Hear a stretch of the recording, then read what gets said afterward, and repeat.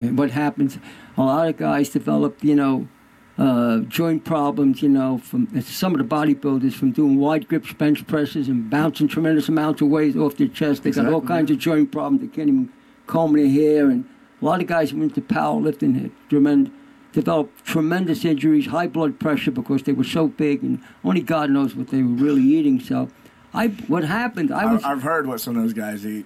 It's not good. Well, you should see me eat. Absolutely.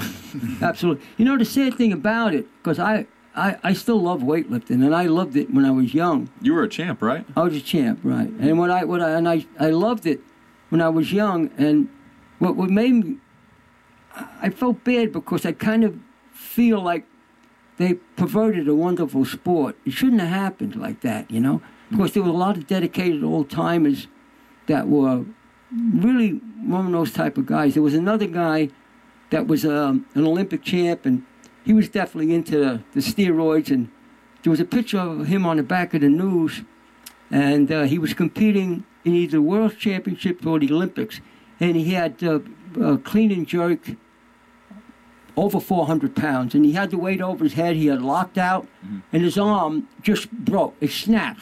Because of the steroids, he didn't have the skeletal frame to support that kind of weight. He didn't have a much bigger skeletal frame than I did, so the steroids gave him the ability to get the weight up in the air. He couldn't hold it. He built the muscular strength. I trained with a guy, I trained a powerlifter who left college football. He was, this is a big athletic guy. He wasn't using anything then.